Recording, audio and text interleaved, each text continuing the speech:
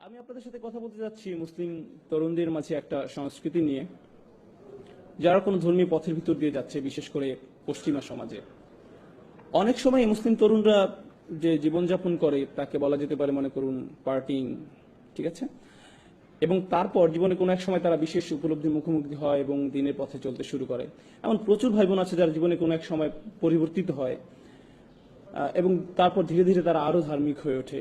কিন্তু তারপর যা হয় তা হচ্ছে, যখন সময়ের সাথে সাথে তারা আরো ধার্মিক হয়ে ওঠে, তারা অনেক বেশি কড়া হয়ে যায়, খুবই উৎসাহী হয়ে পড়ে, আবেগপ্রবণ হয়ে পড়ে এবং নিজেদের জন্য নিজেরাই কোনো শিক্ষক খুঁজে নয়। সেই শিক্ষক হচ্ছে কখনো কোনো মানুষ, কখনো কোনো সিরিজ লেকচার, কখনো কোনো ওয়েবসাইট, কখনো কোনো ব্লগ, কখনো অপরিচিত কোনো নাম। কিন্তু সেটা যাই হোক না কেন, তারা নিজেদের জন্য একটা জ্ঞানের উৎস খুঁজে নেয়, যেটাকে তারা সঠিক বলে মনে করে। এর প্রতি তারা খুবই অনুরক্ত হয়ে পড়ে এবং আস্তে আস্তে যা ঘটতে শুরু করে তা হচ্ছে তারা খুব কঠোর, খুব অনমনীয় হয়ে ওঠে। তারা লক্ষ্য করতে শুরু করে যে তাদের চারপাশে মানুষরা ঠিক তাদের মতো না। তারা যাকে শিক্ষক মানে, তার চারপাশে মানুষরা তাকে শিক্ষক মানে না। তারা যেভাবে দিনকে বোঝে অন্যরা সেভাবে বোঝে না। তাই প্রথমে যা হয় তা হচ্ছে তারা তাদের চারপাশের, বিশেষ করে তাদের পরিবারের মানুষদের ব্যাপারে হতাশ হতে শুরু করে। মুসলিম তরুণটি ভালোর দিকে পরিবর্তন হতে শুরু করলে সবার আগে যাদের প্রতি হতাশ হয় তাহলে তার পরিবার। কেন তোমরা বোঝো না? এটাই দিন পালনের সঠিক পথ। এবং এমন আরো অনেক অনেক সংঘর্ষের সৃষ্টি হয়। আপনি যদি মুসলিম হন এবং আপনার পরিবার যদি অমুসলিম হয় তাহলে তা আরো বেড়ে যায়। কিন্তু মুসলিম পরিবারের মাঝে থেকেও যদি আপনি দিনকে নতুন করে আবিষ্কার করেন তাহলেও এমন সমস্যার সম্মুখীন হতে হয়। এরকম সমস্যা শুধু যে পরিবারের মাঝে সীমাবদ্ধ থাকে তা নয়, বরং বন্ধু মহলেও বিস্তার ঘটে। অনেক সময় এমন হয় যে আপনার দীর্ঘদিনের বন্ধু, কিন্তু সে কোনো ধর্মীয় পথের ভিতর দিয়ে যাচ্ছে না, বা হয়তো সে যাচ্ছে কিন্তু পথটা ঠিক আপনার মতো না, আপনার দিনের বুঝ হয়তো তার মতো না, অথবা কিছু বিষয় হয়তো তারা আপনার মতো এতটা কঠোর না এবং এটা আপনার পক্ষে মেনে নেওয়া খুব কষ্টকর হয়ে যাচ্ছে। আপনি তখন তাদের প্রশ্ন মানে জর্জরিত করে তোলেন। যখন আপনি এমন মানুষদের সংস্পর্শে আসেন যারা দিনটা আপনার মতো করে দেখে না, তখন এটাকে কেন্দ্র করে আপনি তাদের বুঝিয়ে দেন যে তারা ভুল আর আপনি ঠিক। এভাবেই তাদের দিন পালন করা উচিত এবং এছাড়া কোনো পথ নেই, ইত্যাদি ইত্যাদি। এমন এক ধরনের আচরণ গড়ে ওঠে বিশেষ করে তরুণদের মাঝে। এমন আচরণের পিছনে অনেক কারণ রয়েছে। তরুণীটি নিজে মনে করে যে সে যা করছে তা হচ্ছে আমর বিল মারুফ ওয়া নাহই আনিল মুনকার। তারা মনে করে যে তারা ভালো কাজে আদেশ দিচ্ছে এবং মন্দ কাজে নিষেধ করছে।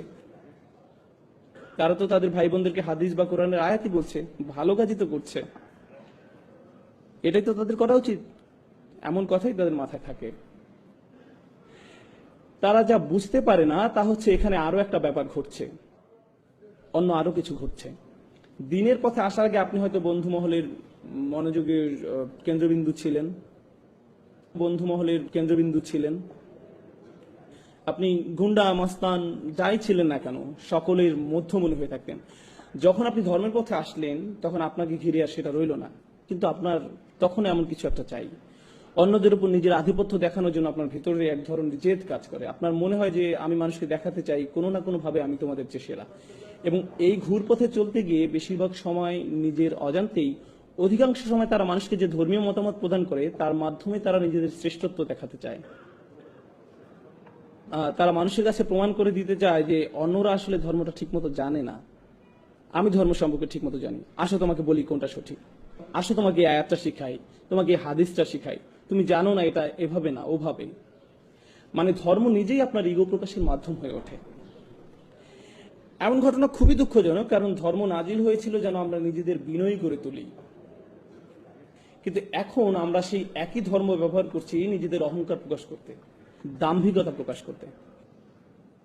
তবে এটা এমন নয় যে শুধু আমাদের তরুণদের মাঝেই ঘটে থাকে, বরং বড়দের মাঝেও হয়। আপনারা ইবলিসের কথা জানেন।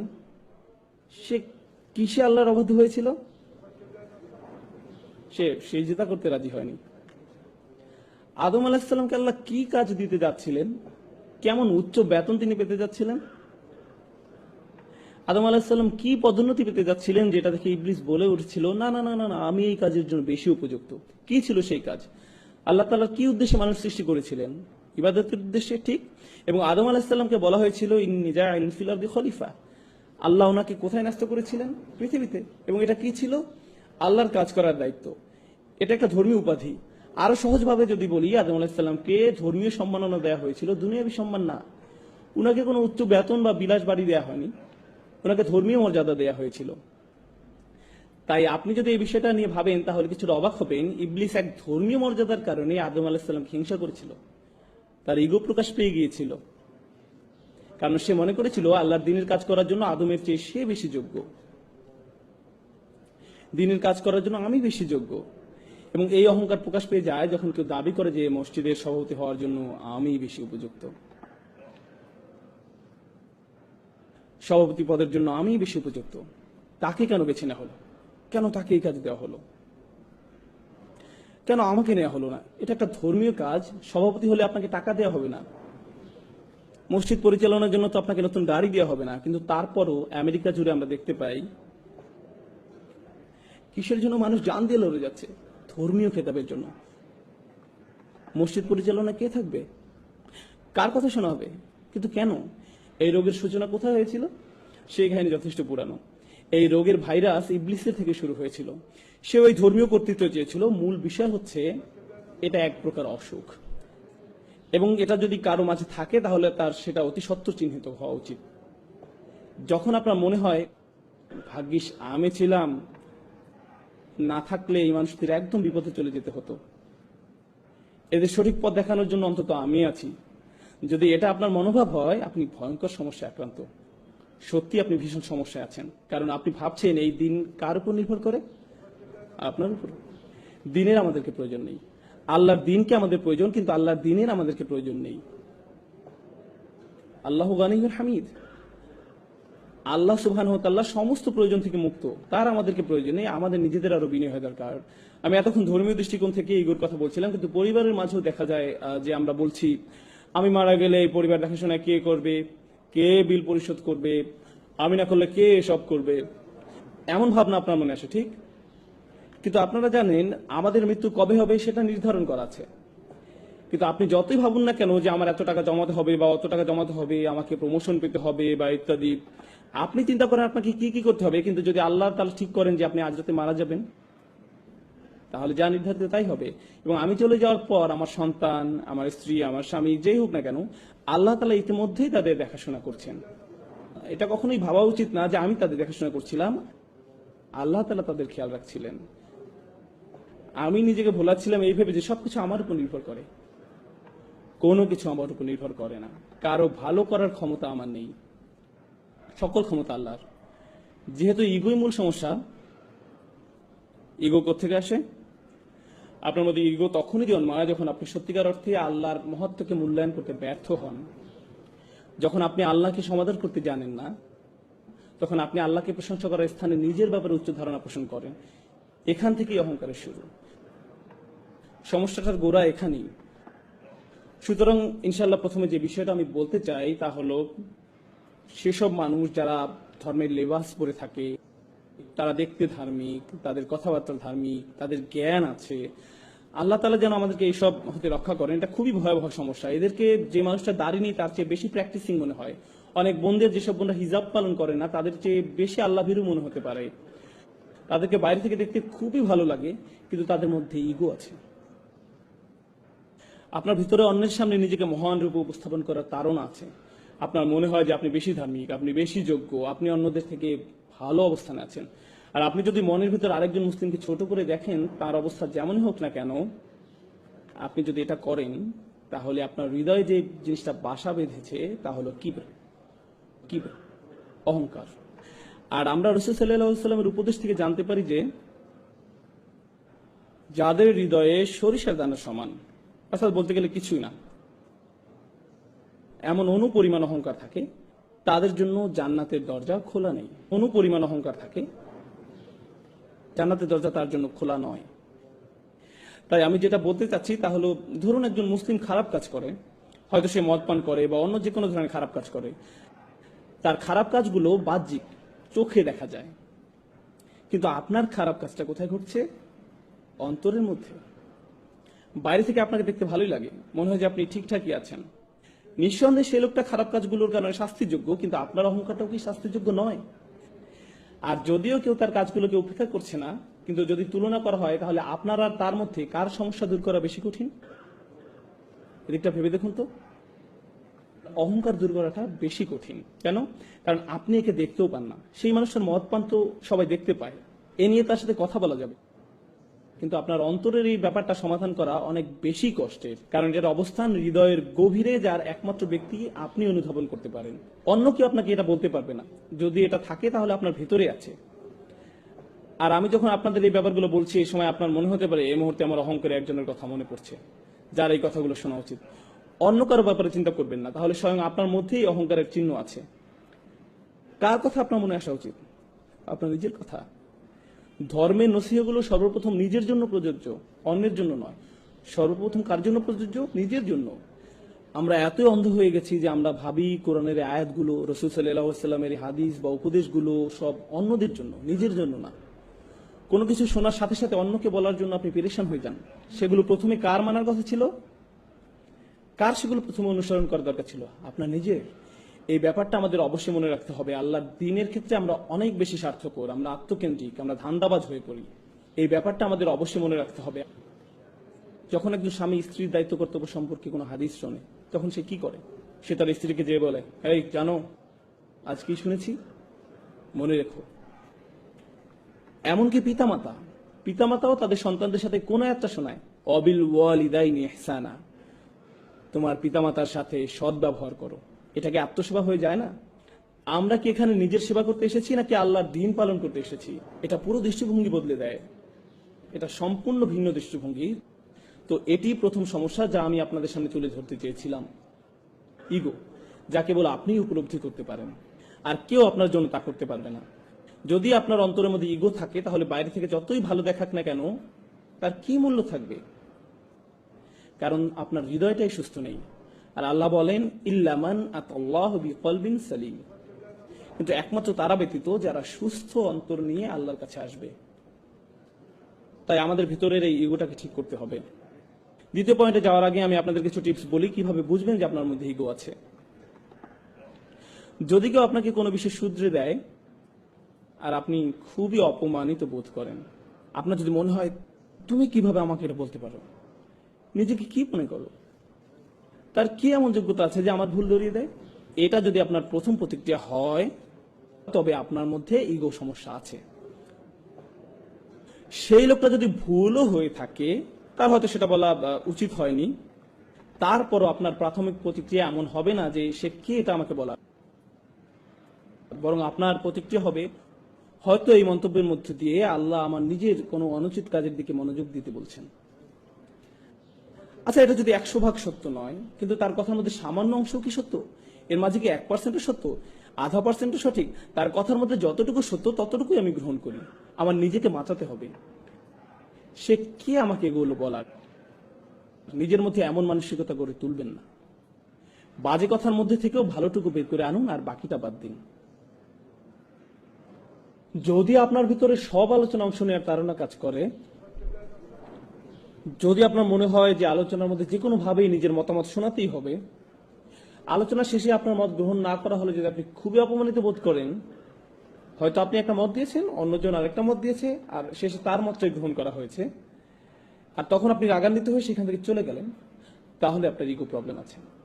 বিশেষ করে ধর্ম সম্পর্কিত কোনো ব্যাপারে হতে পারে, কোনো মসজিদে বসে কয়েকজন আলোচনা করছে যে তাদের কি করা উচিত এই ব্যাপারে, সেখানে আপনি আপনার মতামত দিলেন, সাথে অন্যরাও দিল, আর এই আলোচনা আল্লাহ সন্তুষ্টির জন্য হচ্ছে, তাই না?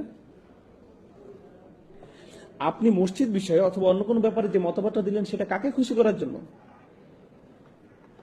আল্লাহকে খুশি করার জন্য। আপনি তো সেটা নিজের জন্য দেননি। দেখা যাক আমার মতের প্রধান্য পায় কিনা, এটা তো আপনার লক্ষ্য ছিল না। আর যদি সেজন্যই দিয়ে থাকেন, তাহলে আপনার চিন্তার মধ্যে সমস্যা আছে। তো আপনি যদি প্রকৃতপক্ষে আল্লাহর সন্তুষ্টির জন্য কোনো বিষয়ে আন্তরিক মতামত দেন, তাহলে ইতিমধ্যে কি আপনার পক্ষে সওয়াব লেখা হয়নি? আল্লাহর সন্তুষ্টির জন্য কোনো বিষয়ে আন্তরিক মত দেন, তাহলে কি আপনার জন্য সওয়াব পেয়ে গেলেন না? হ্যাঁ, আল্লাহ আপনাকে আপনার প্রাপ্য পুরস্কার দেবেন। তাই লোকের আপনার মতামত গ্রহণ করুক আর না করুক, আপনি ইতিমধ্যে সওয়াব পেয়ে গেছেন। তাই লোকের আপনার মতামত গ্রহণ করুক আর না করুক, সেটা আপনার কাছে কোনো গুরুত্বপূর্ণ ব্যাপার নয়। কারণ আপনি যে জিনিসটা চেয়েছিলেন তা তো আপনি পেয়ে গেছেন। কিন্তু আপনার নিয়ত যদি আল্লাহ সন্তুষ্টির জন্য না হয়ে নিজের মতামতের প্রাধান্য হয়, তাহলে আপনি বলবেন, না, আমি আমার মত দিয়েছি যাতে এটাই প্রধান মত হয়, আর সেটা না হওয়াতে আমি অপমানিত বোধ করছি। এভাবে নিজেকে সহজেই যাচাই করা যেতে পারে। অন্যকে আপনার ইগো চেক করতে পারবে না। যদি আপনি কষ্ট পান তাহলে নিজেকে নিজে প্রশ্ন করুন। এই ব্যাপারগুলো চর্চা করা অনেকটাই কঠিন, তারপর আমাদের নিজেদেরকে যাচাই করা চালিয়ে যেতে হবে। সুতরাং প্রথম সমস্যাটা হলো ইগো। যাদেরকে বাইরে থেকে ধার্মিক মনে হয় কিন্তু ভেতরে নিজেদের অন্য থেকে বড় করে উপস্থাপন করার ধারণা কাজ করে। দ্বিতীয় সমস্যাটাও অনেকটা একই ধরনের। বাইরে থেকে ধার্মিক মনে হয়, বেশ ভালো লাগে, জ্ঞানী মনে হয়, মুখে ভালো কথাও বলে, ভালো পোশাক পরে, সবকিছুই চমৎকার। তাকে দেখে যে কেউ বলবে এই ভাইটা আসলে অসাধারণ একজন মানুষ। কিন্তু ভেতরে ভেতরে কি হয় জানেন? প্রথম ক্ষেত্রে নিজের মধ্যে ইগো জন্ম নেয়, আর দ্বিতীয় সমস্যা হলো হৃদয় কঠিন হয়ে পড়ে। তখন আল্লাহর কথা আপনাকে আর নাড়া দেয় না, কোরআন শুনেও আপনি কিছু অনুভব করেন না। অনেক দিন হয়ে গেছে আপনি সালাতে দাঁড়িয়ে কাঁদেন না, আপনার হৃদয়ে কোনো অনুভূতি ছুঁয়ে যায় না। আপনি নিয়মিত এগুলো শুনছেন, কিন্তু আপনার সবসময় মনে হয় আমি তো এগুলো আগে থেকেই জানি, এগুলো আগে থেকেই জানি, আমার এসব শুনে লাভ নেই, এগুলো তো আমি অনেক আগেই শুনেছি, আমি জানি এরপর কি বলবেন। সালাতে দাঁড়িয়ে আপনি ভাবতে থাকেন ইমাম সাহেবের তেলাওয়াতটা আরো শুদ্ধ হতে পারতো, তার কলকলাটা আরো ভালো হতে পারতো, তিনি মতটা যথেষ্ট লম্বা করেননি, গুন্নাটা, এসবই আপনার সালাতের মাঝে হচ্ছে। এটা কিসের লক্ষ্য জানেন? আপনার তাজবিদ ভালো কিন্তু হৃদয় কঠিন। আল্লাহর কালামও কি আপনাকে নাড়া দেওয়ার জন্য যথেষ্ট নয়? সেগুলো শুনেও কি আপনার হৃদয় বিগলিত হয় না? আপনি কেবল সেগুলো কি অবচেতন মনেই শুনে যান? একদিকে আপনার ইলম বৃদ্ধি পাচ্ছে, লোকজনের সামনে আপনাকে খুবই ধার্মিক বলে মনে হচ্ছে, কিন্তু যে সময় একা থাকেন, যখন আর কেউ আপনাকে দেখতে পায় না, তখন আপনার ভিতরে খারাপ সত্তাটা বেরিয়ে আসে। যার কিছু আলাদা আচরণ আছে, যে কিছু গোপন কাজ করে, আপনি কখনো কল্পনাই করতে পারবেন না যে সে এরকম খারাপ কাজ করতে পারে। তার স্বাভাবিক চলাফেরা দেখে, মানুষের সাথে তার আচরণ দেখে আপনি ধারণাই করতে পারবেন না যে তারা নির্জনে এরূপ। কিন্তু তারা নির্জনে একদম ভিন্ন এক মানুষের রূপ নেয়, যাকে দেখে আপনিও চিনতে পারবেন না। তো সেই মানুষের ভেতরে একটা দানব বাস করছে, তার কিছু বাজে সমস্যা আছে, কিন্তু তাকে বাহ্যিক দিক থেকে দেখে একজন মহান ব্যক্তি মনে হয়। কেউ আপনার এই সমস্যা দূর করতে পারবে না, কারণ তারা জানেও না যে আপনার মধ্যে এমন একটা সমস্যা বিরাজ করছে। তাই প্রথম সমস্যা হলো ইগো, দ্বিতীয় সমস্যা হলো কঠিন হৃদয়। আর দুটোই আত্মিক সমস্যা, দুটোই হৃদয়জনিত সমস্যা। আর এই সমস্যাগুলো কেবল একজনই শনাক্ত করতে পারে। কে সে? আপনি নিজে। ইনশাআল্লাহ শেষের দিকে যে এই সমস্যাগুলো দূর করার জন্য কিছু টিপস নিয়ে আলোচনা করব। আমি দ্বিতীয় পয়েন্টটা গুছিয়ে আনতে চাই, হৃদয় কঠিন হয়ে পড়ার ব্যাপারে। আল্লাহ তাআলা বলেন, যে একটা আমি শুরুতে তিলাওয়াত করেছিলাম সূরা হাদীদ থেকে, আল্লাহ প্রথমে আহলে কিতাবদের সাথে পড়ে আমাদের সাথে কথা বলছেন। তিনি বলেন, আলাম ইয়ানিনিল্লাযিনা আমানু, মানুষদের মধ্যে যারা ইমানদার বলে নিজেদেরকে দাবি করে, আন তাকশা কুলুবুহুম লিযিকরিল্লাহ, তাদের হয়ে পড়া উচিত। যারা বিশ্বাসী তাদের জন্য কি আল্লাহ স্মরণে হৃদয় গলে যাওয়ার সময় আসেনি? ওমা নাযালা মিনাল হক, এবং যে সত্য অবতীর্ণ হয়েছে তার কারণে। কি সেটা? কি সত্য অবতীর্ণ হয়েছে? আল কোরআন। এরপরে আল্লাহ একে আয়াতে বলছেন, ওয়ালা ইয়াকুনু কাল্লাযিনা উতুল কিতাবা মিন ক্বাবল, তোমরা তাদের মতো হয়ো না যাদেরকে পূর্বে কিতাব দেয়া হয়েছিল। ফাতালা আলাইহিমুল আমাদ, এরপর একটা বড় সময় অতিক্রান্ত হয়ে গেছে, তার মানে তারা এই কিতাব ধারণ করেছিল দীর্ঘ সময়ের জন্য। যখন তারা এভাবে কিতাব ধারণ করেছিল, আপনারা জানেন যখন প্রথম ধর্মীয় অনুশাসন শুরু করেন তখন আপনি উত্তেজিত থাকেন, এই উত্তেজনা এক সময় চলে যায়, যা থাকে তা হলো বহিরাবরণ। ফাকাসাদ কুলুবুহুম, এরপর যা ঘটে তা হলো অন্তর কঠিন হয়ে যায়। একটি দীর্ঘ সময় অতিক্রান্ত হওয়ার পর ধর্মীয় কার্য সম্পাদন একটা রুটিনে পরিণত হয়। এমন কিছু তারা করে যা শুধু করতে হয়, তারা এটা করছে কারণ এটা করতে তারা অভ্যস্ত। কিন্তু এটা আর এমন কিছু নয় যা তাদের হৃদয়কে আলোড়িত করে। তাদের হৃদয় কঠিন হয়ে গেছে। যখন আপনার অন্তর কঠিন হয়ে যায়, তখন কলুষিত হওয়ার ভয় আপনার জন্য খুব বেশি।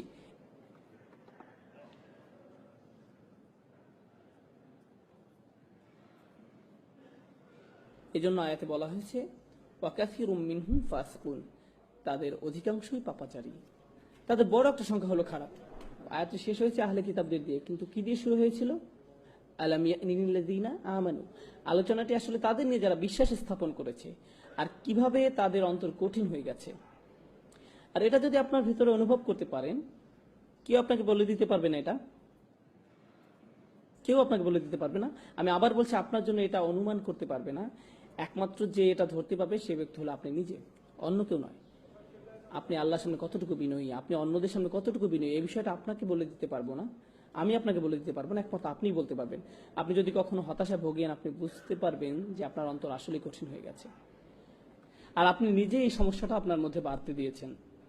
যখন কোনো ধর্মীয় ব্যক্তির উপস্থিতি খুবই ভীতিকর মনে হয়, কোনো দেখতে ধার্মিক লোক, তাকে দেখার সাথে সাথে আপনার মনে ভীতি তৈরি হয়, তাদের সাথে কথা বলতে আপনি আতঙ্কিত হন, তাদের আশপাশে যাওয়া আতঙ্কজনক হয় আপনার জন্য, আপনি আতঙ্কগ্রস্ত হয়ে পড়েন। অনেক সময় যেসব বোন হিজাব পরেন না, তারা হিজাব পরা একজনকে আসতে দেখলে তারা রাস্তা ক্রস করে অন্যদিকে চলে যান, ওই যে হিজাব পুলিশ আসছে এবং সে নিশ্চয়ই আমাকে এমন কিছু বলবে যে আমার মন খারাপ করে দিবে। এখন একদিকে এটা ভয়ের কারণ, অন্যদিকে কখনো এটা সত্যি। কিছু মানুষ রয়েছে যারা অন্যদের নিচু চোখে দেখে, তারা অন্যদের প্রতি মারাত্মক অধ্যত আচরণ করে। এখন আপনি আমাকে বলুন, কিছুদিন আগেও না আপনি পার্টি মাতিয়ে রাখতেন, যারা আপনার সাথে এভাবে কথা বলে তাদের আপনি কিভাবে জবাব দেন? আপনি কি ভুলে গেছেন যে আপনি কোথা থেকে এসেছেন, আল্লাহ আপনাকে কোথায় নিয়ে এসেছে? কারণ মানুষ ভুলে যায় যে তারা কি ছিল আর আল্লাহ তাদের কোথায় এনেছেন। তারপর কয়েক বছর অতিক্রান্ত হওয়ার পর যখন তারা ভালো হয়ে যায়, তখন এমন কাউকে দেখলে তারা বলে আস্তাগফিরুল্লাহ, সে এমন কিভাবে হলো? আপনি কোথায় ছিলেন? এই লোককে দেখে তো আপনার শিক্ষা নেওয়া উচিত, আপনি তো ঠিক তার মতোই ছিলেন। আল্লাহর যে রহমত আপনার উপর বর্ষিত হয়েছে তা আপনার স্মরণ করা উচিত। কুনতুম আলা শাফা হুফরাতিন মিনান নার, আপনি দোজখের একেবারে প্রান্তে ছিলেন, ফাআনকাযাকুম মিনহা, তিনি আপনাকে রক্ষা করেছেন। আর সেই আয়াতে আল্লাহ বলছেন ফাআল্লাফা বাইনা কুলুবিকুম, তিনি তোমাদের অন্তরে ভালোবাসা সৃষ্টি করেছেন।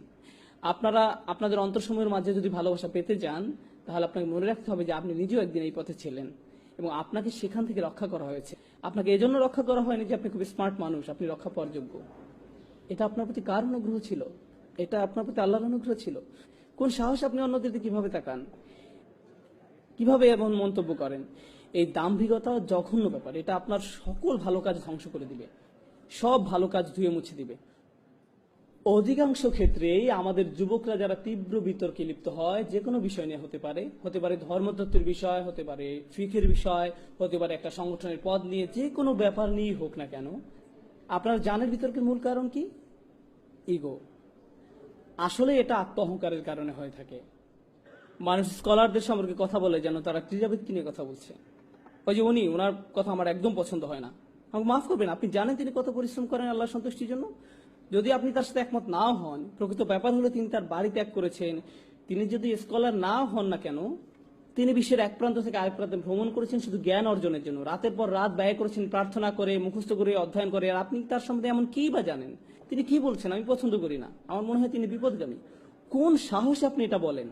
আপনি কি করেছেন? কিসে আপনার এমন অবস্থান নিয়ে যায় যে আপনি তার সম্বন্ধে এমন মন্তব্য করেন? আপনি যে কোনো মুসলিমের সাথে দ্বিমত পোষণ করতে পারেন, আপনার সাথে তার মতামত নাই মিলতে পারে, এক্ষেত্রে তাদের প্রতি আপনার প্রথম দৃষ্টিভঙ্গিটা কেমন হওয়া উচিত? আপনার কি এমন রায় দেওয়া উচিত যে তারা জাহান্নামের পথে? যদি আপনি সত্যিই তাদের ব্যাপারে উদ্বিগ্ন হয়ে থাকেন, সত্যিই তাদের ব্যাপার নিয়ে চিন্তিত হয়ে থাকেন, তাহলে তাদের এই সমস্যা নিয়ে আপনি অন্য কারোর সাথে কথা বলবেন না। আপনি কার সাথে কথা বলবেন? তাদের সাথেই কথা বলবেন। আপনি সরাসরি তাদের সাথেই কথা বলবেন যদি আপনার মাঝে আন্তরিকতা থেকে থাকে। তাহলে আপনি আপনার উৎকণ্ঠার কথা অন্য কারো কাছে বলবেন না। অন্যথায় আপনার মাঝে আন্তরিকতার অভাব পরিলক্ষিত হয়। এর ফলে বোঝা যায় যে আপনার মাঝে ইগো আছে। আপনার নিজ দলের প্রতি আপনি পক্ষপাতিত্ব দেখাচ্ছেন, নিজ মতের পক্ষে দাঁড়িয়েছেন, বা অন্য সম্পর্কে আপনি যা তা বলছেন। এটা অপরিপক্ক, এটা দাম্ভিকতা, আত্মহংকারমূলক, এটা তাই। যদি আমাদের অবস্থা এই পর্যায়ে এসে পৌঁছে, তাহলে আমাদের মধ্যে প্রতিষেধক প্রয়োজন। সর্বপ্রথম প্রতিষেধক হলো আশা। আশা হারিয়ে যায়নি। সুবহানাল্লাহ। পরবর্তী আয়াতে আল্লাহ চমৎকার করে বলছেন, ইয়ালামু, তোমরা জেনে রাখো, আন্নাল্লাহা ইউহইল আরদা বা'দা মাউতিহা, অবশ্যই আল্লাহ ভূভাগকে তার মৃত্যুর পর পুনরুজ্জীবিত করেন। পূর্ববর্তী আয়াতে আল্লাহ অন্তরসমূহ সম্পর্কে কথা বলেছিলেন, আর এখন তিনি কি বিষয়ে কথা বলছেন? ভূপৃষ্ঠকে জীবন দেওয়া সম্পর্কে। আল্লাহ আপনাদের বলছেন যে যেভাবে আল্লাহ পৃথিবী পৃষ্ঠকে জীবন দান করতে পারেন মৃত্যুর পরে, ঠিক সেভাবে আল্লাহ আপনার অন্তরকেও জীবন দান করতে পারেন। আপনার অন্তর পুনরায় কোমল হতে পারে। আমরা অলৌকিক নিদর্শনাবলী প্রকাশ করেছি যাতে তোমরা বুঝতে পারো। বুঝতে পেরেছেন? আপনার জন্য আশা রয়েছে। আপনি আপনার অন্তরকে পরিষ্কার করে নিতে পারেন, এটা সম্ভব। আল্লাহ যদি শুষ্ক জমিনে প্রাণের সঞ্চার করতে পারেন, তিনি আপনার অন্তরকেও পুনরায় জীবিত করতে পারেন। এখন চিকিৎসার ব্যাপারে আলোচনা করা যাক। এই চিকিৎসা কি? আপনি আপনার ইগো সমস্যার সমাধান কিভাবে করবেন? প্রথম যে বড় বিষয়টি আপনার অন্তর পরিষ্কার করতে সহায়তা করবে তা হলো আল্লাহর স্মরণ। প্রথমে এই বিষয়টি আপনাকে আয়ত্ত করতে হবে। কত ঘন ঘন আপনি আল্লাহকে স্মরণ করেন। আল্লাহকে স্মরণ করা মানে শুধু এইসব কথা বলা নয় যে সুবহানাল্লাহ, আলহামদুলিল্লাহ, আল্লাহু আকবার, লা ইলাহা ইল্লাল্লাহ, এগুলো উচ্চারণ করাই নয়। নিশ্চয়ই এগুলো খুবই গুরুত্বপূর্ণ জিকির, যে আমরা রাসূল সাল্লাল্লাহু আলাইহি ওয়াসাল্লামের সুন্নাহ থেকে জানতে পারি। কিন্তু এই জিকিরগুলো যদি চিন্তাহীন হয়, আপনি যদি এগুলোর অর্থ বা মহত্ব না বুঝেন, এগুলো নিয়ে চিন্তা ভাবনা না করেন, তাহলে এটা জিকির নয়। এতে শুধুমাত্র মুখস্থটা আরেকবার রিভিশন দেওয়া হয়।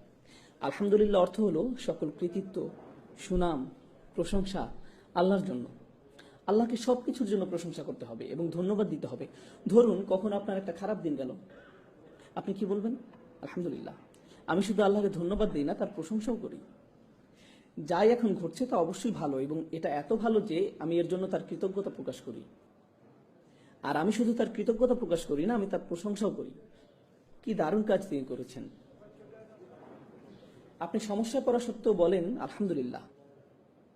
যখন আপনি এর অর্থ বুঝে বলবেন, তখন এটা অন্য কিছু। এখন আপনি আসলেই আল্লাহকে স্মরণ করছেন। আল্লাহর এই প্রশংসা, আল্লাহকে কৃতিত্ব দিয়ে আপনাকে আপনার নিজ সম্পর্কে শিক্ষা দেয়।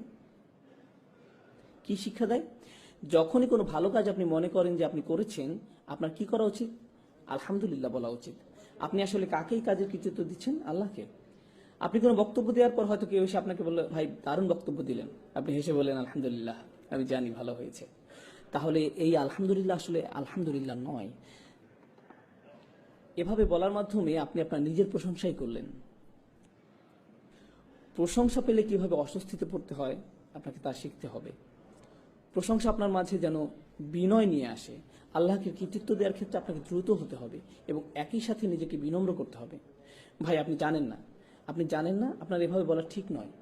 আমি আসলে কিরকম তা আমি জানি না, আল্লাহ জানেন, শুধুই আল্লাহ জানেন। আপনার প্রশংসা আমার দরকার নেই, আমার দরকার আপনার দোয়া। আমি চাই না আপনি প্রশংসা করুন। পুরো আমি খুবই ভালো এটা আপনি আমাকে বলার দরকার নেই, না আমি আপনার কাছ থেকে এটা শুনতেও চাই না। এটা আসলে আমাকে সাহায্য করে না, এটা আমার ক্ষতি করে। কারণ কেউ যখন আমার প্রশংসা করে, তখন এটা আমার মাঝে কি জাগিয়ে তোলে? আমার ইগো। আর এটা মানুষের জীবনের সবচেয়ে ভয়ঙ্কর সমস্যা।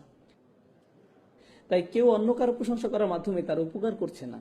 আর নম্রতা সম্পর্কে শেষ যে বিষয়টি আমি আপনাদের সাথে শেয়ার করতে চাই, সেটা হলো যখন কেউ আপনাকে বাজে কথা বলে বা আপনাকে অপমান করে, এটা আসলে আপনাকে বিনয়ী করতে সাহায্য করে। তারা হয়তো আপনার প্রতি একটা অনুগ্রহ করলো, তারা মনে করতে পারে যে তারা আপনাকে ছোট করতে পেরেছে, কিন্তু এটা হয়তো আল্লাহর তরফ থেকে আপনার জন্য একটা মেসেজ বা একটা উপহার।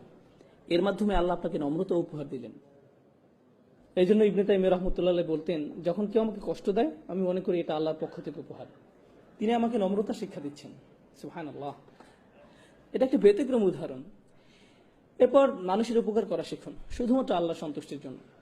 অনেক সময় কেউ কেউ সাধ্যের অতিরিক্ত করে ফেলে। ধার্মিকদের প্রতি এটাই আমার শেষ বক্তব্য, বিশেষ করে তরুণদের জন্য। তারা অনেক কর্মকাণ্ডে অংশ নেয়, তারা সংগঠনে অংশ নেয়, তারা দলে যোগদান করে, তারা মসজিদে যোগদান করে, তারা বিভিন্ন অনুষ্ঠানে যায়, তারা সবসময় কর্মঠ থাকে, তারা ডান বাম করতেই থাকে। এরপর কি ঘটে জানেন? তারা ইচ্ছা শক্তি হারিয়ে ফেলে, তারা পুরোপুরি ক্লান্ত হয়ে যায়। যখন তারা পুরোপুরি ক্লান্ত হয়ে যায়, এরপর তারা কখনোই আগের অবস্থায় ফিরে আসতে পারে না। ভারসাম্য রাখুন, ধীরে ধীরে অগ্রসর হন। আপনাকে সপ্তাহের এক ছুটিতেই সব করে ফেলতে হবে না, অথবা গ্রীষ্মের ছুটিতেই সব করতে হবে এমন নয়, বরং ধীরে ধীরে অগ্রসর হন। ইনশাআল্লাহ আপনি গতি ধরে রাখতে পারবেন। এবং যখন আপনি শুধু আল্লাহর জন্যই কোনো কিছু করবেন এবং আপনি হতাশ হয়ে যান না, কোনো ফলাফল হচ্ছে না, এই জন্য উদাহরণ হিসাবে এই অনুষ্ঠানের কথা বলা যাক। আমাকে দাওয়াত দেওয়া হয়েছিল, আমি বলেছিলাম ঠিক আছে আমি রবিবার আসবো। শনিবার রাতে কেন নয়? কারণ তখন এখানে কেউ থাকবে না। জানেন আমার প্রথম মতামত কি ছিল? তো কি হয়েছে? আমি আপনাদের জন্য এখানে আসছি না। আমি কেন আসছি? আর বড় কোনো কারণ আছে। আপনারা আমাকে কিছু দিচ্ছেন না, কে দিচ্ছেন? আল্লাহ, ঠিক। তাই এখানে একজন থাকুক, 100 জন থাকুক, আর কেউ না থাকুক, আমি কি আমার বিনিময়ে পাবো যদি আমার নিয়ত ঠিক থাকে? আমি পেয়েছি, যদি আমার নিয়ত ঠিক থেকে থাকে। আপনি কেন এখানে এসেছেন? কারণ আপনার বন্ধু আপনাকে আসতে বলেছে, কারণ আপনাকে আসতে জোর করা হয়েছে, কারণ আপনার গাড়ি এখনো ছাড়ছে না, তাই আপনি এখানে আটকে গেছেন, এই জন্য? তাহলে আপনি কিছু অর্জন করতে পারলেন না।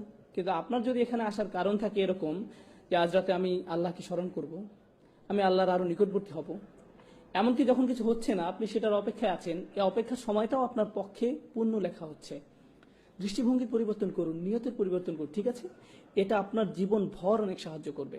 কারণ আপনি যখন কিছু করেন, যেমন প্রচারপত্র বিলি করছেন, মানুষকে প্রোগ্রামের দাওয়াত দিচ্ছেন, কিন্তু কেউ উপস্থিত হলো না, তখন আপনি মনে মনে বললেন, কেউ কিছু শুনতে চায় না, কিন্তু আপনি হতাশ হয়ে পড়বেন না। কারণ কেন? কারণ আপনি প্রচারপত্র বিলি করেছিলেন কি জন্য? কেন আপনি দাওয়াত দিয়েছিলেন? কোথায়, কার কাছে আপনার প্রত্যাশা? আপনার কাজ চেষ্টা করা, ফলাফল তার কাছে। আপনি এই ফলাফলের দায়িত্ব নন। আপনি যখন এটাকে আন্তরিকভাবে মেনে নিতে পারবেন, তখন জীবন অনেক সহজ হয়ে যাবে এবং আপনি নিজের প্রতি অনেক সন্তুষ্ট থাকবেন। আপনি হতাশ হয়ে পড়বেন না। কারণ সেখানে মাত্র অল্প কিছু মানুষ, তাদের সংখ্যা আরো বেশি হতে পারতো, হ্যাঁ, সেখানে আরো মানুষ থাকতে পারতো, কিন্তু সেটি আল্লাহ হাতে। আমি কি আমার দায়িত্বটুকু পালন করেছি? আমি কি যথেষ্ট চেষ্টা করেছি? নিজেকে শুধু এটাই জিজ্ঞাসা করার আছে, এবং আমার চেষ্টা কি সত্যি আল্লাহর জন্য ছিল কিনা, নিজেকে শুধু এই প্রশ্নটি করার আছে। আমি এসব আলোচনা আনছি কারণ নিয়তে এমন কিছু নয় যে আপনি জীবনে একবার মাত্র করেন। জীবনে একবার আপনি ইচ্ছা পোষণ করেছিলেন যে আপনি আল্লাহ রাস্তায় কাজ করবেন এবং একজন ভালো মুসলিম হবেন। আপনি সেই ইচ্ছা পোষণ করেছিলেন, কিন্তু সেই ইচ্ছাতে মরিচা পড়তে পারে। ফলে আপনাকে বারবার নিয়ত ঠিক করতে হবে। আপনাকে বারবার নিয়ত ঠিক করতে হবে। এবং আপনি জানেন, সবাই ভাবছে আপনার ইচ্ছা অনেক শক্তিশালী, কারণ তারা শুধু আপনার বাইরেরটা দেখছে। তারা কি দেখে না? ভেতরেরটা। এবং যেহেতু তারা শুধু বাইরেরটা দেখে, তারা আপনাকে বলবেন আপনি খুবই ভালো একজন মানুষ, এবং আপনি তাদের বিশ্বাসও করা শুরু করবেন, যার ফলে আপনার সমস্যা থেকে আপনার জন্য আরো ভয়াবহ করে তুলছেন। প্রথম প্রতিকার হচ্ছে আল্লাহকে স্মরণ করা। দ্বিতীয় প্রতিকার হচ্ছে উত্তম সঙ্গী খোঁজা, এমন সহচর খোঁজা যারা আপনার চেয়ে উত্তম। তৃতীয় প্রতিকার হচ্ছে গুরুত্বপূর্ণ প্রতিকার, নিজের মুখ বন্ধ রাখতে শেখা। নিজের মুখ বন্ধ রাখতে শেখা। যদি আপনি খুব খারাপ কিছু দেখেন, তাহলে একজন মুসলিমকে উপদেশ দেওয়ার নমনীয় পন্থা খুঁজে বের করুন। এভাবে ভাবুন, আমি তাদের যে কথাগুলো বলতে যাচ্ছি সেগুলো কি তাদের ধর্মের প্রতি আরো বিমুখ করে দিবে? অথবা আমার সৌহার্দ্যপূর্ণ নমনীয় পন্থা খুঁজে বের করা উচিত, যা তাদেরকে ধীরে ধীরে ইসলামের মূল বিষয়ের সাথে আপোষ না করে দিনের পথে নিয়ে আসবে। হয়তো তাদের বন্ধুদের পরিবর্তনের মাধ্যমে, দৃশ্যপটের পরিবর্তনের মাধ্যমে, যদি তারা সামান্য একটু উপদেশ শুনতে পায়। আপনি প্রথমেই তাদের আচরণ পরিবর্তন করে চান না। আপনি প্রথমে কি পরিবর্তন করতে চান? তাদের অন্তর। যখন তাদের অন্তর পরিবর্তন হবে, তখন ব্যবহার আপনা আপনি পরিবর্তিত হবে। বেশিরভাগ সময় আমরা মানুষের কিসের পিছে ছুটি? আমরা তাদের ব্যবহারের পিছনে ছুটি। আপনি মানুষের ব্যবহার পরিবর্তন করতে পারবেন না। আপনি তাদের শুধু স্মরণ করে দিতে পারবেন এবং আশা করতে পারেন আল্লাহ তাদের অন্তরকে পরিবর্তন করে দিন।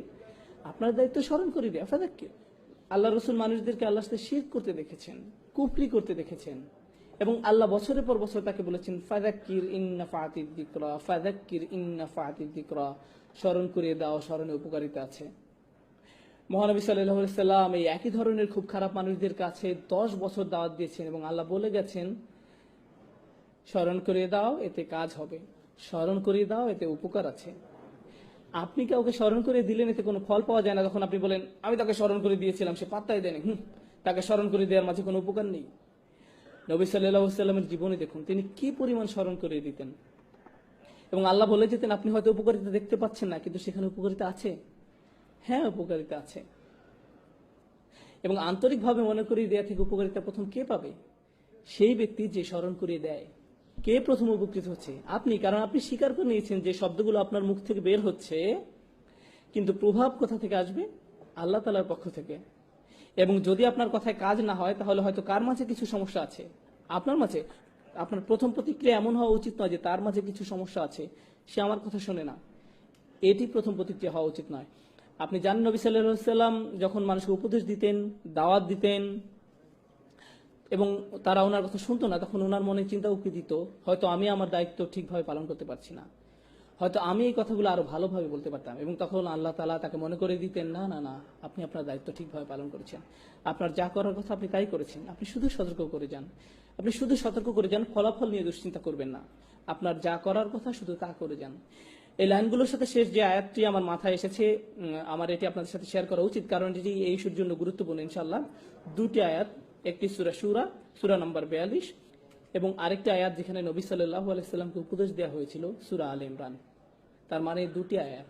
সূরা শুরা, ওয়ামা তাফাররাকু ইল্লা মিন বাদি মা জাআহুমুল ইলম বাগয়াম বাইনাহুম, তাদের কাছে জ্ঞান আসার পরই তারা পারস্পরিক বিভেদের কারণে মতভেদ করেছে। যতক্ষণ তাদের কাছে জ্ঞান আসেনি, ততক্ষণ তারা নিজেদের মাঝে মতভেদ করেনি। তার মানে কারা এখন মতপার্থক্য করছে? জ্ঞানী মানুষেরা। কিসে জ্ঞানী? বিজ্ঞান, পদার্থবিজ্ঞান, রসায়ন, জীববিজ্ঞান। কিসে তারা জ্ঞানী? ধর্মীয় জ্ঞানে, ধর্মীয় জ্ঞানে, আসমানি কিতাবে জ্ঞানী, সুন্নতে জ্ঞানী। জ্ঞানী হওয়ার পর তারা কি করছে? মতবিরোধে পতিত হচ্ছে। কেন? আল্লাহ তাআলা বলে দিচ্ছেন বাগিয়াম বাইনাহুম, একজন আরেকজনের উপর কর্তৃত্ব করার জিদ থেকে। তাদের এরূপ জিদ থাকে এবং তারা নিজেদের সেরা মনে করতে চায়। এবং কি সেই হাতিয়ার যা তাদের সেরা ভাবায়? ধর্মীয় বিষয়ে জ্ঞান। তারা এই ধর্মীয় জ্ঞানকে এমন একটা মাধ্যম বানিয়ে ফেলে যা দ্বারা তারা নিজেদের গর্ববোধকে আরো বাড়িয়ে তোলে। কি ভয়ানক অপরাধ! এই আয়াতের শেষে আল্লাহ তাআলা বলছেন, ওয়ালাউলা কালিমাতুন সাবাকাত মির রাব্বিকা ইলা আজালিম মুসাম্মা লাকুদিয়া বাইনাহুম। যদি আপনার পালনকর্তার পক্ষ থেকে নির্দিষ্ট সময় পর্যন্ত অবকাশের সিদ্ধান্ত না থাকতো, তবে তাদের ফয়সালা হয়ে যেত, তাদেরকে শাস্তি দেয়া হতো, তাদেরকে তখনই শাস্তি প্রদান করা হতো। এটি খুবই গুরুতর অপরাধ। এটি খুবই গুরুতর অপরাধ যে তারা তাদের দিনকে মতবিরোধের হাতিয়ার হিসাবে ব্যবহার করছে, এবং অহংকার ছাড়া আর অন্য কিছুই তাদের জ্ঞানকে একে অপরের সাথে মতবিরোধের হাতিয়ারে পরিণত করেনি। আল্লাহ তাআলা আমাদেরকে এই মারাত্মক অপরাধ থেকে হেফাজত করুন, বিশেষ করে আমাদের তরুণ প্রজন্মকে। এদেশে তরুণদের যে সংস্কৃতি, আপনারা বল খেলেন, কেউ একজন আপনার সাথে ব্লক করে দেয়, এরপর কি হয়? পরের খেলায় আপনি প্রতিশোধ গ্রহণ করেন, আপনার অবস্থা পুনরায় উদ্ধার করেন, কারণ প্রতিপক্ষ আপনাকে নিয়ে হাসি ঠাট্টা করবে। এই হচ্ছে সংস্কৃতি। আমার বিরুদ্ধে তোমার এত সাহস কিভাবে হয়? এটি শুধুমাত্র খেলা নয়, এটি অহংকারের একটি পরীক্ষা। গাড়ি চালানো অবস্থায় কেউ একজন আপনাকে পেছনে ফেলে দিল, কি আপনাকে ক্রুদ্ধ করে দিলে? তুমি তুমি আমাকে তোমার হোন্ডা সিভিক দিয়ে আমার M5 কে পাস করে যাচ্ছ? না না, আমি তোমাকে দেখে নিব, আমি তোমাকে আমার ক্ষমতা এক্ষুনি দেখিয়ে ছাড়বো, আমি গ্যাস প্যাডেল 4 পর্যন্ত চাপ দিয়ে তোমাকে দেখিয়ে দেব কিভাবে কি করতে হয়। এসব কিসের বহিঃপ্রকাশ? অহংকার। এই সমাজে প্রতিনিয়ত আমাদের জানানো হচ্ছে তোমরা অহংকার বৃদ্ধি করো, সবকিছু তোমাকে নিয়ে। যে গান লেখা হয় বা গাওয়া হয়, যেমন আমার চেইন, আমার হ্যাট, আমার জুতা, আমার মোজা, যেটাই হোক, সবকিছুতে আমি আমি আমি। তুমি আমাকে ছুঁতে পারবে না, আমার দিকে তাকাতে পারবে না, আমার চোখের দিকে তাকাবে না, আমি তোমার এই করব, এরপর আমি এই করব। এসবের মানে কি? এসব কি তাৎপর্য বহন করে? অহংকার। নিজের মধ্যে অহংকারকে উস্কে দেয়, নিজের উপাসনা করা। এটা ঠিক তাই, আসলে এই ইগো আত্মপূজার দিকে ধাবিত করে। এবং এই দিন শুধুমাত্র তাদের জন্য একটি দিন যারা আল্লাহর সামনে নিজেকে নত করে দেয়। তার মানে এই আয়াতটি খুব খুব গুরুত্বপূর্ণ। সূরা আল ইমরান এর শেষ আয়াত। বিশেষ করে যারা নেতৃত্ব স্থানীয় অবস্থানে আছেন, আপনাদের মাঝে যাদেরকে অন্যরা অনুসরণ করে, যারা জানে অথবা এমনকি ভাবে যে সে অন্যদের চেয়ে বেশি জানে, আল্লাহ রাসূল সাল্লাল্লাহু আলাইহি সাল্লামকে বলছেন, ফাবিমা রাহমাতিম মিনাল্লাহি লিনতা লাহুম ওয়ালাউ কুনতা ফাযযান গালিযাল কলব লানফাদ্দু মিন হাওলিক। আল্লাহর বিশেষ দয়া ও অনুগ্রহের কারণে আপনি নবী সাল্লাল্লাহু আলাইহি সাল্লাম সাহাবীদের প্রতি কোমল। ওয়ালাউ কুনতা ফাযযান গালিযাল কলব, যদি আপনি তাদের প্রতি শক্ত হতেন, কঠোর হৃদয়ের হতেন, অনমনীয় হতেন, জিদ করতেন, এমনকি যদি তাদের সাথে কথা বলার সময় কিছু পরিমাণ কঠোরতা প্রদর্শন করতেন, লানফাদ্দু মিন হাওলিক, তারা আপনার থেকে দূরে সরে যেত। তারা কারা? সাহাবারা। আপনার থেকে দূরে পালিয়ে যেত। আপনি কে? রাসূল সাল্লাল্লাহু আলাইহি ওয়াসাল্লাম। চিন্তা করতে পারেন, সাহাবারা রাসূল সাল্লাল্লাহু আলাইহি ওয়াসাল্লাম থেকে দূরে পালিয়ে যেত। আল্লাহ বলেননি আপনি যদি সত্যের পথে না ডাকেন তাহলে তারা পালিয়ে যাবে, আপনি যদি তাদের কোরআন শিক্ষা দেওয়া বন্ধ করে দেন তাহলে তারা পালিয়ে যাবে, আপনি যদি ওহী প্রকাশ না করেন তাহলে তারা পালিয়ে যাবে। রাসূল সাল্লাল্লাহু আলাইহি ওয়াসাল্লাম কি করলে তারা পালিয়ে যাবে? তিনি এখনো কোরআন শিক্ষা দিচ্ছেন, এখনো সত্যের সন্ধান দিচ্ছেন, সবকিছুই ঠিক আছে। শুধুমাত্র কি পরিবর্তনের কথা আয়াতে বলা হয়েছে? যা তাদেরকে দূরে সরিয়ে দিবে। যদি তিনি সাহাবীদের প্রতি কঠোর হন, কঠিন হন, এতটুকুই যথেষ্ট, তারা দূরে সরে যাবে। সুবহানাল্লাহ, কি দারুণ শিক্ষা আল্লাহ দিচ্ছেন। আল্লাহ কি দারুণ শিক্ষা রাসূল সাল্লাল্লাহু আলাইহি ওয়াসাল্লামকে দিচ্ছেন। সর্বোৎকৃষ্ট নেতার প্রতি যদি এই শিক্ষা হয়, তাহলে কি আপনার মনে হয় না যে এটি আমাদের জন্য বেশি প্রযোজ্য? এটি অবশ্যই প্রযোজ্য। যদি আপনি কোনো নেতৃস্থানীয় অবস্থানে থাকেন, যদি আপনাদেরকে হাত ওঠাতে বলি, হাত ওঠানোর দরকার নেই, কথার কথা, আমি যদি হাত দেখাতে বলতাম আপনারা কয়জন নেতৃস্থানীয় আছেন আপনি জানেন? আপনাদের প্রত্যেকের হাত ওঠানো উচিত। আপনারা প্রত্যেকেই নেতৃস্থানীয় লোক। আপনাদের সবার সে অবস্থান আছে যেখান থেকে আপনারা অন্য কাউকে উপদেশ দিতে পারেন, এবং এটি খুবই ভালো। কিন্তু আপনি কিভাবে উপদেশ দিবেন? বিশেষ করে যদি তারা মুসলিম হয়, তাদেরকে ধর্ম থেকে আরো দূরে সরিয়ে নিয়ে যাওয়ার পরিবর্তে আরো ধৈর্যশীল হন। আমি বলছি না কাউকে ভুল কিছু করতে দেখলে তা মেনে নিবেন। যদি হারাম কিছু করতে দেখেন তাহলে বলবেন, দেখুন আমি জানি এটি হারাম, আমি আসলে আপনার জন্য উদ্বিগ্ন। এটি বিভিন্নভাবে বলা যায়। এই কাজটি করাতে দোজখে যাবে তুমি জানো, এটা একভাবে বলা। নিজের কাজের জন্য তোমার লজ্জিত হওয়া উচিত, এটা বলার একটা ধরন। ভাই আমি সত্যি তোমার জন্য উদ্বিগ্ন, সিরিয়াসলি তুমি জানো ওটা খারাপ, আর আমি তোমাকে ভালোবাসি, তুমি কেন এটা করছো? তোমার কোনো সাহায্য লাগবে? আসলে কেন বন্ধ করছো না? এটা বন্ধ করো, আসো এটা নিয়ে আলোচনা করি। আন্তরিকতার সাথে। আন্তরিকতা এটা দেখানো যায় না, তবে প্রকাশ করা যায়। এতে প্রকাশ পায় আপনি আন্তরিক নাকি শুধু ওদের প্রতি আপনার মন্তব্য প্রকাশ করতে চান বা তাদের ছোট করতে চান। এখানে পার্থক্য আছে। আপনি মানুষের সাথে কিভাবে বলেন তার মধ্যে পার্থক্য আছে। আদিল্লাতিন আলাল মুমিনিন, তারা মুসলমানদের প্রতি বিনম্র আচরণ করে। কোরআনে এভাবে বলা আছে, কিন্তু আপনি কিভাবে জানবেন আপনি আন্তরিক কিনা? এ আয়াতে এটা বলা আছে। এরপরে আমরা শেষ করব। ফাআফু আনহুম ওয়াস্তাগফির লাহুম ওয়াশাওিরহুম ফিল আমর, কাজেই আপনি তাদের ক্ষমা করে দিন, তাদের জন্য মাগফিরাত কামনা করুন এবং কাজে কর্মে তাদের সাথে পরামর্শ করুন। তাদের ভুলের পর আপনি তাদের প্রতি সহনশীল, যদি তারা ভুল করে ফেলে। প্রথম কাজ, তাদের মমতার সাথে ক্ষমা করে দিন, ফাআফু আনহুম। এরপর আল্লাহ সুবহানাহু ওয়া তাআলার কাছে ক্ষমা প্রার্থনা করুন। আল্লাহর কাছে ক্ষমা প্রার্থনা মানে এই নয়, ধরুন কোনো ভাই কিছু করলো আর আপনি বললেন, এই যাই হোক আল্লাহ তাআলা তোমাকে ক্ষমা করে দিক, এটা ফাস্তাগফির লাহুম নয়। আপনি কখন তাদের জন্য আল্লাহর কাছে ক্ষমা চাইবেন? যখন আপনি নিজের জন্য আল্লাহর কাছে ক্ষমা চাইছেন, নির্জনে। নির্জনে প্রার্থনার মানে কি? আন্তরিকতা, ওটা আন্তরিক, অকৃত্রিম। সবার সামনে যদি বলেন, ভাই তুমি অনেক ভুলের মধ্যে আছো, আল্লাহ তাআলা তোমাকে ক্ষমা করুন, আমি তোমার জন্য দোয়া করব, আয়াতে এটা বলা হয়নি। ওটা আসলে কিসের প্রকাশ? দম্ভ, অহংকার। তাদের জন্য আন্তরিকভাবে নির্জনে দোয়া করুন, ফাস্তাগফির লাহুম। আর ওরা যাতে বোঝে যে আপনি ওদেরকে ভদ্র মানুষ মনে করেন, ওয়াশাওিরহুম ফিল আমর, তাদের সাথে পরামর্শ করুন, তাদের মতামত গ্রহণ করুন, তাদের মতামত জানতে চান, তাদেরকে ভদ্র মানুষ হিসাবে গণ্য করুন। রাসূল সাল্লাল্লাহু আলাইহি ওয়াসাল্লামের কারোর সাথে পরামর্শ করার প্রয়োজন ছিল না। ওনার কাছে যা নাজিল হতো ওহী, সে অনুযায়ী উনি সিদ্ধান্ত দিতে পারতেন। কিন্তু আল্লাহ সুবহানাহু ওয়া তাআলা ওনাকে সিদ্ধান্ত গ্রহণে অন্যদের সাথে পরামর্শ করার আদেশ দিয়েছেন। কেন? যাতে তারা অনুভব করে কি? সংযুক্ত, সম্মানিত। এটা একজন নেতার চারিত্রিক বৈশিষ্ট্য হওয়া উচিত। উনি তাঁর অধীনে যারা ছিল তাদেরকে বুঝতে দিয়েছেন যে তারাও সম্মানিত। ওয়াশাওিরহুম ফিল আমর, এবং কাজে কর্মে তাদের সাথে পরামর্শ করুন। ফাইদা আযমতা ফাতাওয়াক্কাল আলাল্লাহ, যখন আপনি কোনো সিদ্ধান্ত নেন আল্লাহ তাআলার উপর বিশ্বাস রাখুন, কারণ আপনার সিদ্ধান্তই সাফল্যের চাবিকাঠি নয়। সব সাফল্যের মূলে আছেন আল্লাহ সুবহানাহু ওয়া তাআলা। ইন্নাল্লাহা ইউহিব্বুল মুতাওয়াক্কিলিন, আল্লাহ তার উপর নির্ভরকারীদের ভালোবাসেন। আল্লাহ আমাদেরকে আমাদের চেয়েও ভালো মানুষদের সঙ্গ দান করুন, যেন আমরা আমাদের অহংবোধ নিয়ন্ত্রণ করতে পারি। আল্লাহ সুবহানাহু ওয়া তাআলা আমাদের এই তৌফিক দিন যেন আমরা আমাদের আশেপাশে মানুষদের সদ উপদেশ দিতে পারি। যারা বলে লা ইলাহা ইল্লাল্লাহ, যারা আমাদের সাথে এই চমৎকার কালেমায় বিশ্বাস করে, তারা আমাদের রক্তের সম্পর্কের আত্মীয়ের থেকেও অনেক বেশি ভালোবাসার দাবি রাখেন। লা ইলাহা ইল্লাল্লাহ আমাদের রক্তের বন্ধন থেকেও বেশি কাছের করে দেয়। আমরা যেন সব মুসলিমদের সাথে সেই রকমের ভালোবাসা এবং সহমর্মিতা অনুভব করতে পারি, আন্তরিকতা তাদের প্রতি প্রকাশ করতে পারি। আল্লাহ আমাদেরকে সেই তৌফিক দান করুন, আমিন। ভালো উপদেশ যাদের প্রয়োজন তাদের অন্তরে যেন তা প্রবেশ করতে পারে, আল্লাহ সেই তৌফিক দান করুন। আল্লাহ সুবহানাহু ওয়া তাআলা আমাদের উপদেশ গ্রহণ করার ক্ষমতা দিন, আমরা যেন এর সবটুকু ভালো গ্রহণ করতে সমর্থ হই, এবং উপদেশ যেন আমাদের অহংবোধ বাড়িয়ে তোলার কোনো মাধ্যম না হয়ে ওঠে। আল্লাহ আমাদেরকে তার সামনে বিনম্র রাখুন, আমাদের অতীত ভুলগুলো ক্ষমা করে দিন, আমরা যেন প্রতিনিয়ত আমাদের অন্তঃকরণকে পরিশুদ্ধ করি। আল্লাহ আমাদেরকে সেই তৌফিক দান করুন, আমিন।